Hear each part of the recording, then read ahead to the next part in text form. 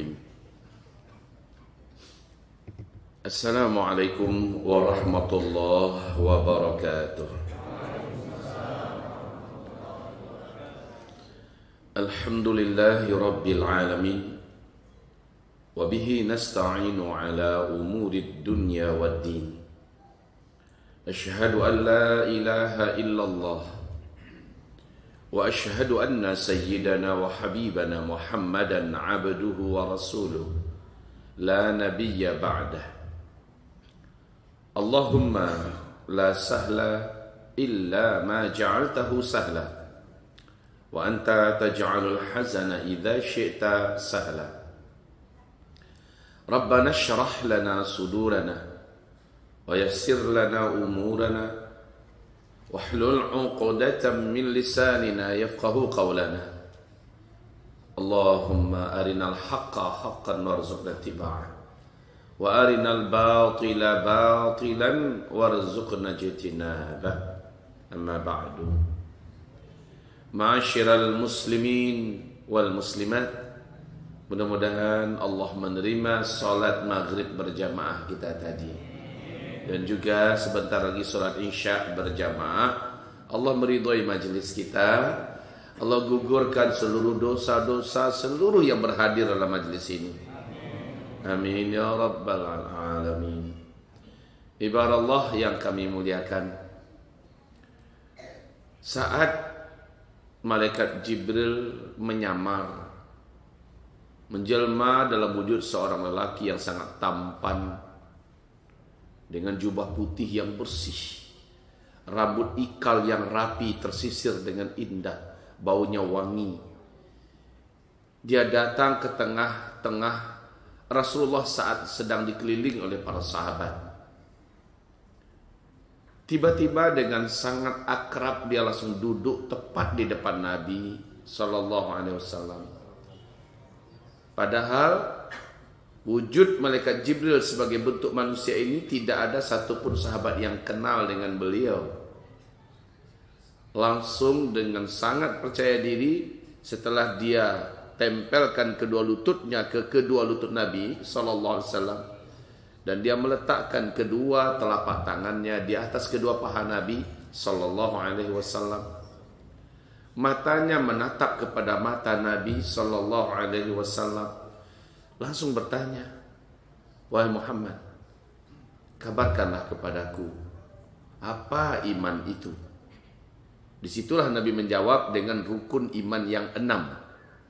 Akhirnya sepakat seluruh ulama Ahlus Sunnah wal Jamaah mengatakan hadis ini dalil tentang rukun iman, rukun Islam, dan seterusnya.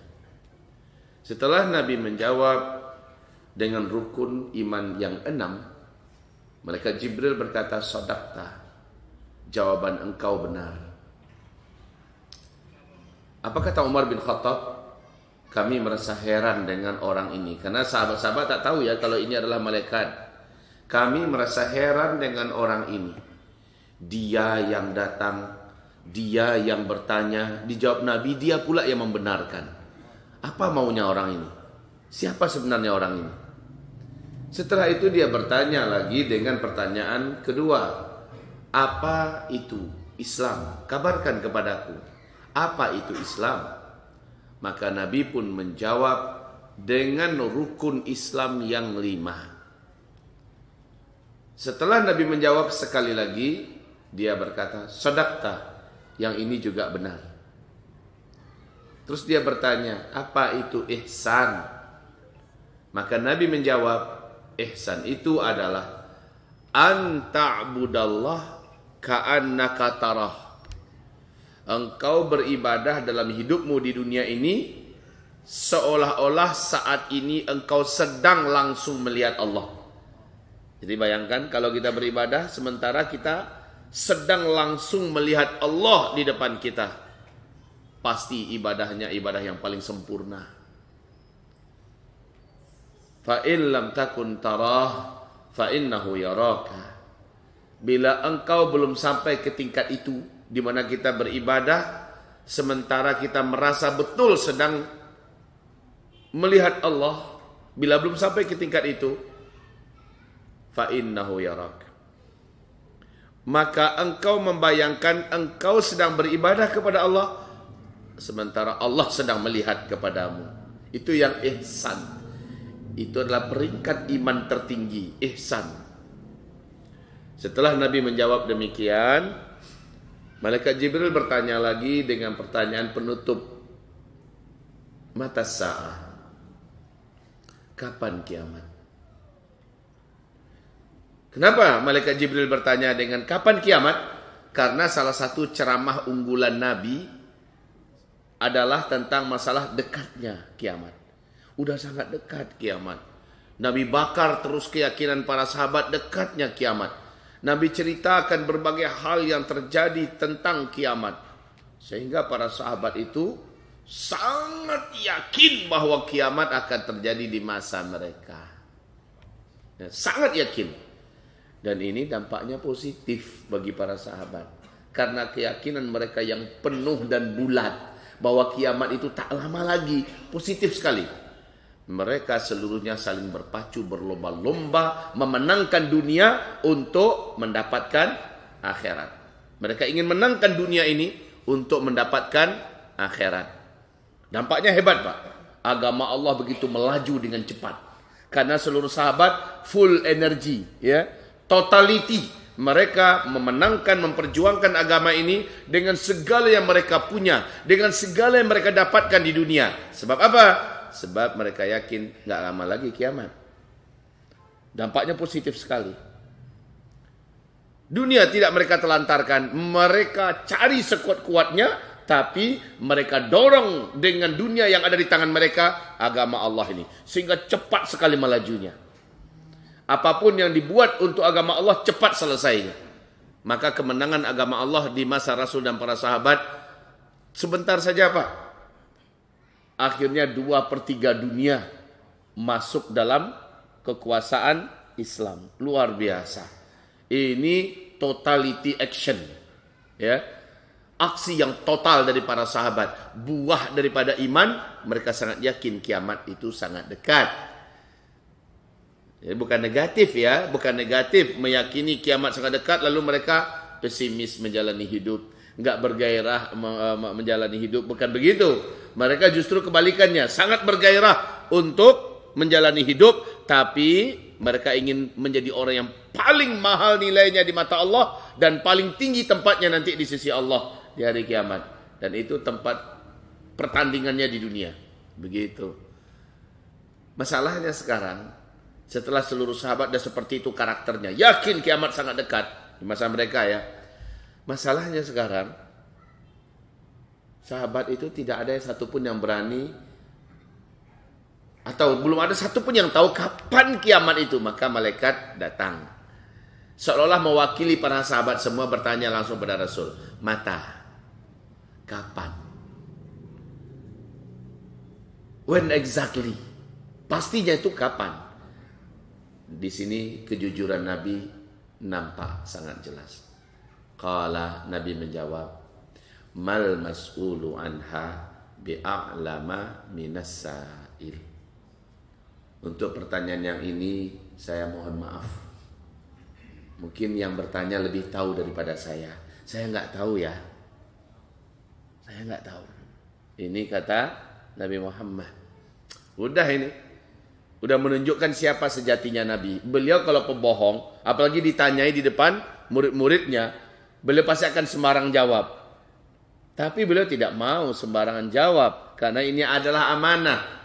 Maka jawab beliau adalah saya tak tahu, mungkin yang bertanya lebih tahu daripada saya. Dah, setelah itu, barulah pertanyaan penutup dari Malaikat Jibril, akhbirni an amaratiha. Kabarkanlah kepadaku tentang ciri-ciri dan tanda-tanda. Kalau ciri-ciri tanda-tanda ini sudah terjadi, sudah nampak, berarti kiamat tak lama lagi itu. Kalau itu pertanyaanmu, saya spesialisnya, kata Rasul. Ya. Kalau masalah tanda-tanda, masalah ciri-ciri, sayalah ahlinya. Kamu boleh gali dari saya, kamu boleh dengarkan dari saya.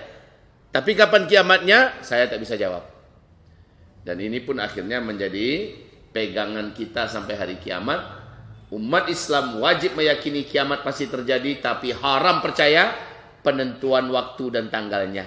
Atau ramalan kiamat itu haram kita percaya. Itu enggak ada itu. Ramalan-ramalan kiamat. Tapi menyebutkan ciri-ciri dan tanda-tanda kiamat wajib kita ketahui. Begitu Bapak Ibu. Nah sekarang hamba-hamba Allah yang kami muliakan. Ada berapa tadi pertanyaan malaikat Jibril Pak? Ada berapa kelompok tadi? 4 ya. Pertama tentang iman. Yang kedua tentang Islam. Yang ketiga tentang ihsan. Yang keempat tentang tanda-tanda. Jadi ilmu tentang tanda-tanda kiamat. Nah, para ulama salafus saleh dari hadis ini mereka menetapkan arkanuddin arba'ah. Rukun agama ini ada 4. Rukun agama ini ada 4. Ini aneh ya. Kita selama ini jarang dengar. Yang kita sering dengar adalah rukun iman, rukun Islam, ya. Ini yang sering kita dengar. Ternyata ada rukun agama. Rukun agama ini ada 4. Yang pertama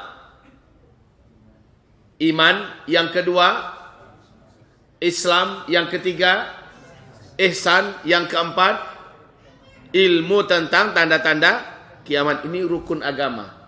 Kita wajib mengetahui seluk-beluk iman. Ini adalah urusan akidah. Dengannya pondasi dibentuk. Setelah iman terbentuk kokoh, matang dan kuat, barulah dibangun di atasnya Islam. Islam itu salat tiang, puasa itu dinding, zakat itu pembatas-pembatas ruangan, loteng itu haji. Ini ibarat satu rumah ya. Kemudian atapnya adalah jihad. Nah kaum muslimin, ini rukun agama yang kedua adalah Islam. Tentang seluk-beluk syariat. Yang pertama tentang akidah, tentang tauhid. Yang kedua tentang seluk-beluk syariat. Yang ketiga ihsan. Nah ihsan ini sebagian ulama mengatakan inilah dia pondasi tasawuf. Ini adalah pondasi tasawuf, tazkiyatun nafas, pensucian dan perawatan hati agar tetap bening, suci dan bersih. Ini ihsan. Dan level iman paling tinggi adalah ihsan. Ibarat satu batang pohon, dia tetap berbuah walaupun di bawahnya disirami dengan air kotoran, dilempari dengan kotoran, dan dia tetap berbuah memberikan yang terbaik. Bagaimanapun ujian yang Allah datangkan, dia tetap berbaik sangka kepada Allah. Dia tetap baik kepada lingkungan. Dia tetap baik kepada orang tuanya, kepada dirinya dan seterusnya. Dia tetap menyembah Allah Subhanahu wa ta'ala. Ihsan. Baru yang terakhir ilmu tentang tanda-tanda kiamat. Nah Bapak Ibu yang kami muliakan, tentang tanda-tanda kiamat. Di zaman Nabi Muhammad masih hidup, sahabat itu sudah yakin Pak, tanda-tanda itu sudah ada di zaman mereka. Tanda besar kiamat itu kan ada 10. Yang pertama, dukhon terjadi. Yang kedua, Dajjal muncul. Yang ketiga, Nabi Isa turun. Yang keempat, lepasnya Ya'juj dan Ma'juj. Yang kelima, matahari terbit dari sebelah barat. Yang keenam, keluarnya binatang atau hewan raksasa yang melata dari dalam perut bumi, dari 3 tempat yang berbeda di muka bumi.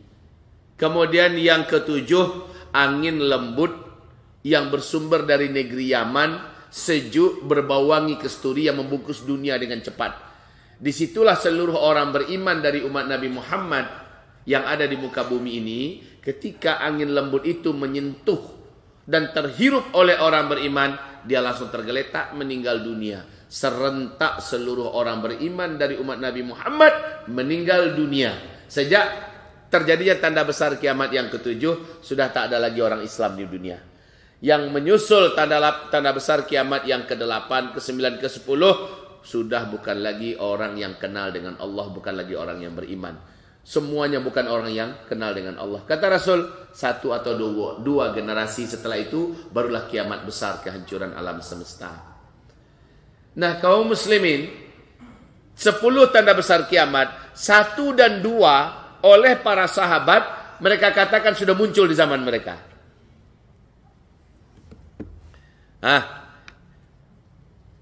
Kajian tentang akhir zaman kita ini, ada komunitas yang mengatakan itu kajian cocokologi.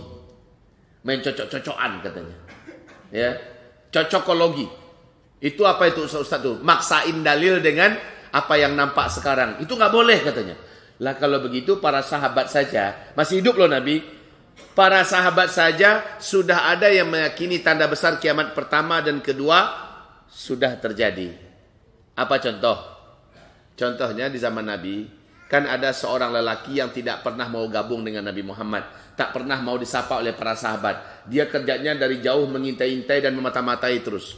Namanya adalah Ibnu Sayyad. Secara ciri-ciri fisik agak mirip dengan Dajjal. Secara kemampuan dia juga unik dan aneh. Gimana kemampuannya? Pertama, nggak bisa didekati. Yang kedua, tidak ada satu pun yang bisa menyakitinya. Yang ketiga, dia memiliki kecepatan perpindahan yang tidak masuk akal, Pak. Kayak film Tom and Jerry gitu.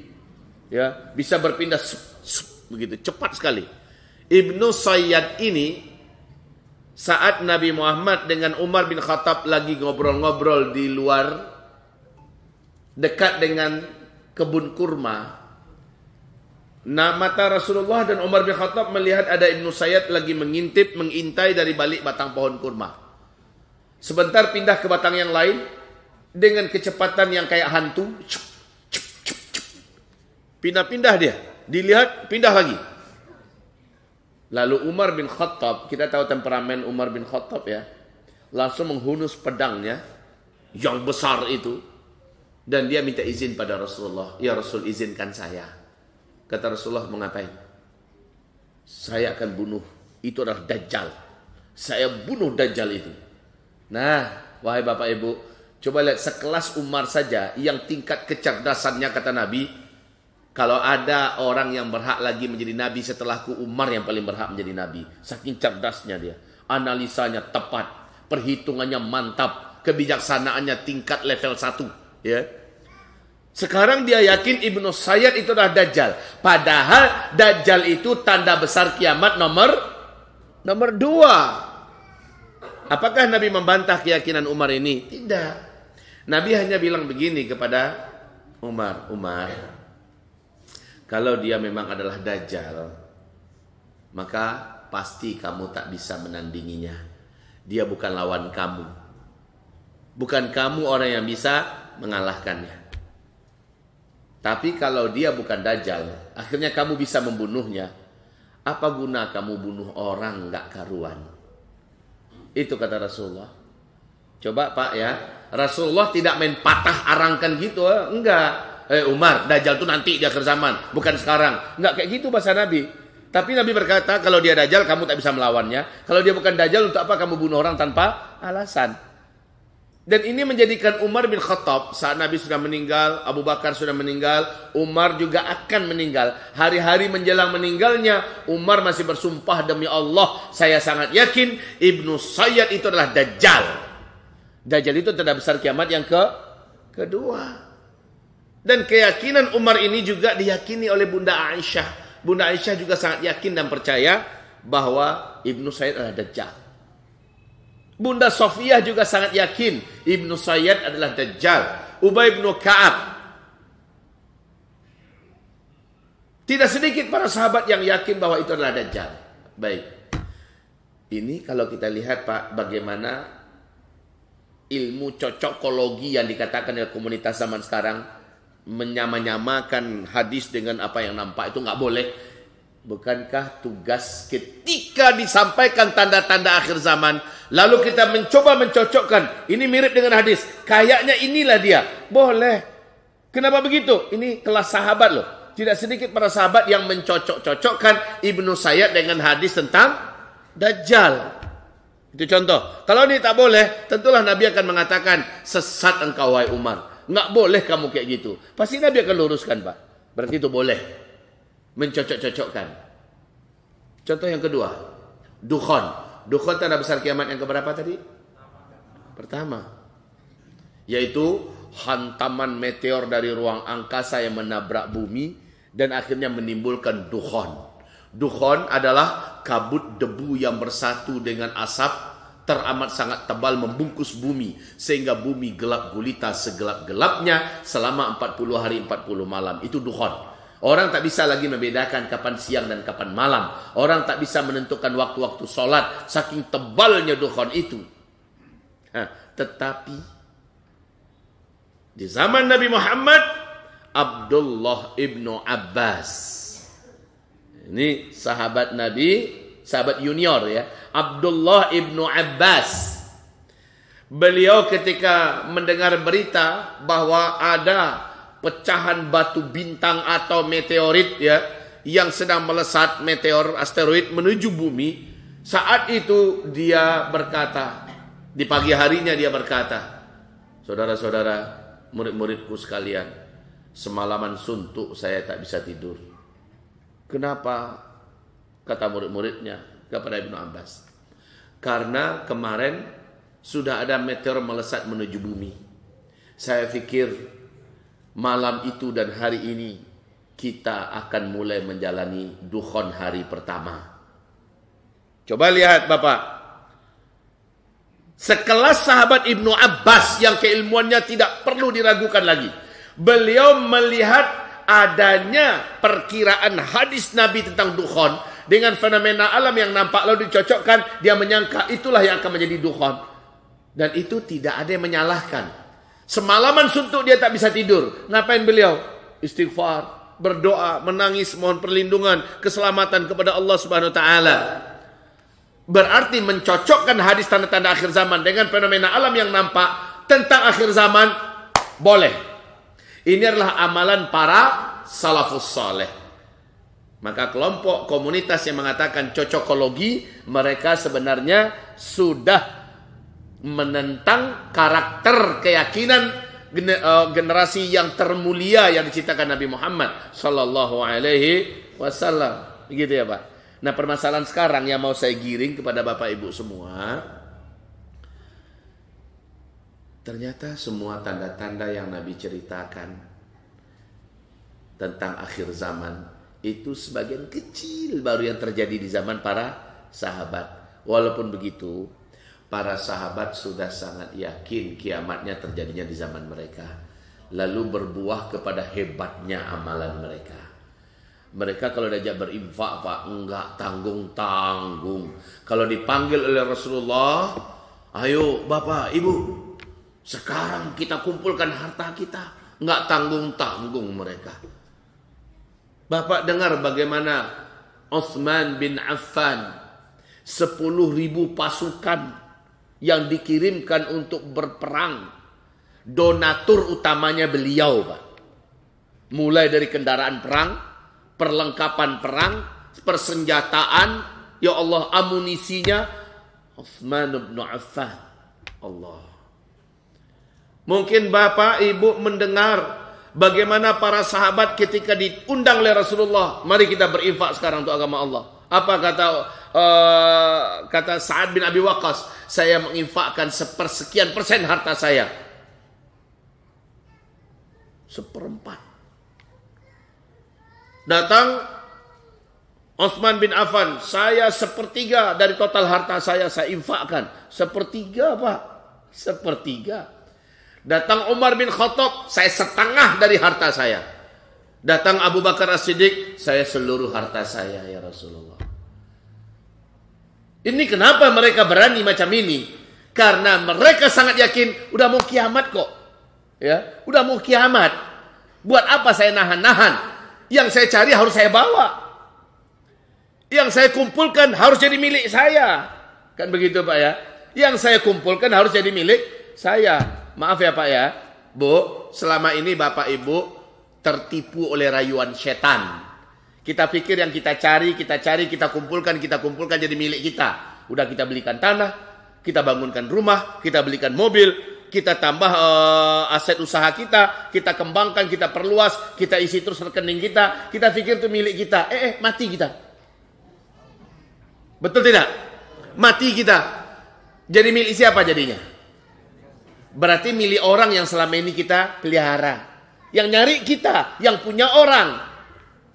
Awas, ini hakikat loh ya. Yang nyari kita yang punya orang. Makanya dalam hadis Sahih Bukhari dan Muslim, Rasul bertanya kepada para sahabat. Rasul bertanya kepada para sahabat, saudara-saudara, siapakah di antara kalian? Jawab ya, kata Rasul. Saudara-saudara, siapakah di antara kalian yang lebih mencintai harta milik dirinya atau lebih mencintai harta milik orang lain? Ayyukum yuhibbu malahu au mala ghairihi. Siapa di antara kalian yang lebih mencintai harta miliknya sendiri atau harta orang lain yang ada di tangannya? Maka spontan para sahabat menjawab, maluna ahabbu ilaina min mali ghairina. Tentulah harta milik kami lebih kami cintai ya Rasulullah daripada harta orang lain yang saat ini sedang ada di tangan kami. Itu jawaban yang normal kan? Normal jawabannya begitu. Maka kata Rasulullah, maluka ma qaddamta wa malu ghairika ma akharta.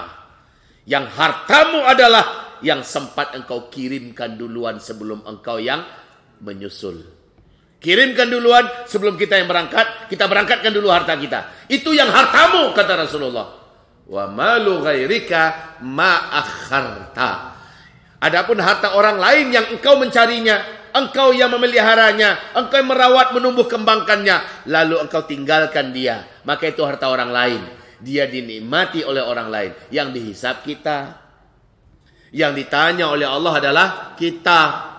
Sementara yang menikmatinya orang lain. Itu harta orang lain.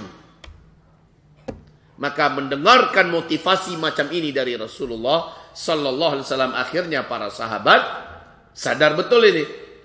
Maka sampai-sampai hampir saja di antara mereka ada yang kebablasan. Ada yang sakit. Sementara dia punya harta lumayan banyak. Dia punya anak gadis kecil perempuan, satu orang saja. Ketika Rasul datang kepadanya, ini kalau tak salah namanya Sa'ad bin Abi Waqqas atau Amr bin al-As, saya lupa nih di antara dua ini. Ketika Rasulullah datang kepadanya, gimana keadaanmu? Kata Rasul, ya Rasul, laqad balaghaniyal waja'u umma balagh. Telah sampai kepada saya sakit ini ke puncaknya ya Rasulullah. Mungkin saja saya tak lama lagi ini. Lalu kata Rasul, ya Rasulullah, boleh enggak saya berwasiat, saya ingin sedekahkan seluruh harta saya untuk agama Allah. Jadi sebelum beliau meninggal, beliau ingin kirim dulu harta pencariannya sebelum dia yang menyusul. Boleh enggak ya Rasul? Seluruhnya. Kata Rasul, kamu punya anak kan? Iya. Masih kecil? Iya ya Rasulullah. Tak boleh seluruhnya, kata Nabi. Ah, kalau begitu setengahnya ya Rasul. Tidak boleh, itu masih banyak. Kalau sepertiganya ya Rasulullah, itu maksimal, kata Rasul. Boleh kamu berangkatkan hartamu sebelum engkau sepertiganya. Wasiatkan untuk disedekahkan, diwakafkan. Sepertiga karena dia masih punya anak kecil. Tapi wahai bapak ibu, ketika ada sahabat yang anaknya udah pada jadi, udah pada berumah tangga, udah pada menikah, udah punya kerjaan, maka pencariannya dia bawa untuk dirinya sendiri. Dia pakai, dan dia habiskan untuk dirinya sendiri. Nah, inilah sahabat yang berani seluruh hartaku ya Rasulullah, begitu. Karena anak-anaknya udah pada jadi. Allah biman jadilah berumah tangga saudaranya. Masalah anaknya kaya, sudah bersuami ya, atau anaknya miskin, tapi sudah berumah tangga dan beristri, itu urusan mereka pula. Carilah rezeki oleh kalian sendiri. Pencarian saya harus saya nikmati. Itu prinsip para sahabat. Kenapa sekali lagi? Mereka yakin sudah sangat dekat kehancuran alam semesta ini. Jadi apa yang mereka cari harus mereka dapatkan. Ini Pak. Nah, tentang bahwa waktu kita dari tanda-tanda akhir zaman itu ternyata sudah sangat dekat, sangat dekat. Itu nampak seluruhnya di zaman kita. Bapak Ibu boleh bertanya kepada saya malam hari ini. Mana yang tidak ada tanda akhir zamannya? Semuanya tanda akhir zaman. Hah? Bapak, Ibu, di masjid kita ini sudah pernah ada pengajian tentang akhir zaman? Sudah. Siapa yang menyampaikan? Rahmat Baikuni. Beliau membahasnya dari awal apa tidak? Enggak ya. Jangan-jangan beliau pembahasannya konspirasi akhir zaman. Saya khawatirnya beliau langsung membahas masalah di pembahasan yang sifatnya sudah cabang-cabang. Enggak yang dari asal. Enggak yang dari pondasi. Mestinya disampaikan dari pondasi karena itu pembahasan pertama, ya kan? Kalau pembahasan pertama baru diuraikan dari pondasi. Nah, sekarang Bapak Ibu, saya menyampaikan dari pondasi tapi belum mulai. Ini baru pengantar. Malah baru bertanya saya, udah apa belum? Kata Bapak, sudah. Siapa itu? Ustaz Rahmat Baikuni. Ustaz Rahmat Baikuni, beliau spesialis tentang akhir zaman, tetapi akhir-akhir ini beliau banyak menyampaikan konspirasi tentang akhir zaman. Dan ini belum akan menumbuhkan pondasi yang kokoh. Sementara seharusnya penyampaian pertama kepada Bapak Ibu adalah pondasi tentang tanda-tanda akhir zaman. Itu dulu. Kita untuk isya kita masuk jam berapa? Berarti 2 menit lagi. 7 menit. Sekarang Bapak Ibu, saya mau sampaikan pondasi ini walaupun hanya sebentar. Buat meyakinkan Bapak Ibu semua. Semua hadis-hadis tentang akhir zaman. Saat dekatnya kiamat akan terjadi. Yang diceritakan Nabi dulu lebih 1400 tahun yang lalu. Terjadi semuanya di zaman kita sekarang. Di zaman kita ini terjadi semuanya sekarang. Tapi sayang ya. Keyakinan kita, efek yang terjadi tidak seteguh, sehebat dan sekuat para sahabat. Kenapa? Jawabannya karena kita tidak tahu. Beda Pak, kalau orang sudah tahu beda. Saya pernah 2016 diundang oleh sebuah keluarga yang kayanya itu nggak karu-karuan kayanya Pak. Kayanya itu nggak karu-karuan. Rumahnya aja kayak istana. Saat saya masuk ngaji di sana, mereka nangis. Lalu setelah itu mereka berkata, kami selama ini mudah betul mau kemana. Kami mau makan siang ke Singapura, kami terbang ke Singapura. Pergi makan siang aja. Kami mau pergi beli sarung bantal, kami terbang ke London. Dekat aja dunia ini bagi mereka Pak. Uang itu kayak nggak ada lagi nilainya sama mereka, saking kayanya, kaya melintir. Tapi apa kata keluarga itu, demi Allah, dengan mendengarkan pengajian ini kami sadar sekarang, ya, kami pasti akan merubah cara dan pola hidup kami. Wahai Bapak Ibu yang kami muliakan, karena dia orang kaya, saya nggak mau catat namanya, saya nggak mau ambil nomor teleponnya, nomor HP-nya nggak mau. Itu pula ya. Supaya apa? Jangan pernah ada rasa bergantung saya kepada orang kaya. Ada sedikit masalah, melapor ke orang kayu. Saya paling tak mau macam itu. Ya. Tapi kayanya kaya melintir. Itu berubah. Kalau mendengarkan kajian akhir zaman dengan sungguh-sungguh pasti terjadi perubahan. Dan perubahan yang macam ini terjadi kepada seluruh para sahabat Nabi. Yang menyebabkan mereka totality dalam beramal. Mereka total dalam berbuat.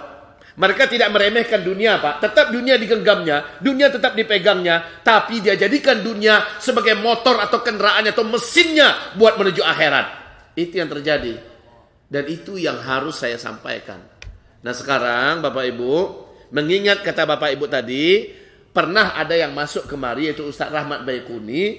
Ternyata tak pula begitu dipastikan disposisi mana tanda-tanda akhir zaman itu yang sudah terjadi. Artinya dari pondasi tidak ada. Saya mau sampaikan sekarang. Kira-kira Bapak Ibu bisa bersabar nggak habis Isya nanti kita lanjut? Nah begitu. Bapak Ibu yang kami muliakan,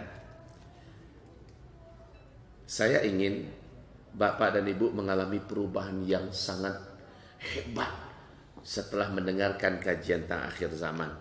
Cuma sayang ya, saya pastikan waktu kita sangat tidak memadai. Saya pernah diundang ke Melbourne di Australia untuk memberikan kajian tentang akhir zaman. Nggak tanggung-tanggung, mereka adakan di gedung yang mewah. Ya, acara berapa jam Pak Ustadz katanya. Saya katakan saya butuh 2 hari kalau mau total. 2 hari, dari jam berapa ke jam berapa tuh Ustadz? Saya minta paling tidak kita start jam 8, selesai jam 5 sore. Ya, itu. Kemudian, wah nggak ada yang sanggup itu. Maka jangan minta. Mereka kan permintaannya, sampaikan kepada kami materi akhir zaman secara penuh, full, nggak ada yang tertinggal. Maka saya katakan 2 hari. Pada akhirnya mereka sanggupi, Pak. Saya pun berangkat ke sana. Hari pertama, gedung itu masih ada beberapa kursi yang, jadi kayak gedung Athena itu ya. Teman pakai ini, full AC. Masih ada beberapa kursi yang belum terisi. Rata-rata udah penuh lah, tapi masih ada yang kosong. Besoknya, Pak, membludak, nggak muat lagi tempat. Ternyata yang udah datang ngajak kawannya, rugi kamu tak datang, rugi kamu tak datang. Ya, datang semuanya. 2 hari, Pak, ternyata nggak sampai jam 5, sampai maghrib. Hari keduanya hampir isya selesainya. Ini penyampaian akhir zaman itu nggak sebentar. Bapak-bapak dan ibu-ibu yang kami muliakan, yang sebentar adalah di Adzikra. Saat saya diundang oleh almarhum Kiai Haji Muhammad Arifin Ilham. Saat itu beliau masih hidup, beliau undang saya dari jam 8, dari jam 9 sampai jam 12 katanya. Dan beliau gunakan jaringannya mengundang jamaah. Ya. Lebih 10.000 orang yang hadir saat itu, Pak. Dari jam 9 sampai jam 12. Dah selesai, saya katakan, Bapak Ibu, karena waktunya sudah masuk zuhur, sesuai dengan jadwal kami diminta sampai zuhur. Dengan ini saya selesai dulu ya. Tambah, kata jamaah. Tambah. Mereka minta tambah, Pak. Tambah. Akhirnya Kiai Haji Muhammad Arifin Ilham bilang, Bang, tambahlah sedikit habis zuhur nanti. Oke. Memuliakan beliau, kita tambah. Ternyata bablas, Pak, sampai asar. Sampai asar. Jamaah itu nggak ada yang mau meninggalkan tempat, Pak. Mereka hening semua mendengarkan. Ini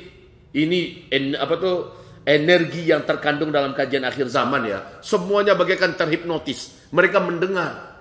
Karena kita jelas, ini ayatnya di hadisnya di faktanya. Ini ayatnya di hadisnya di faktanya.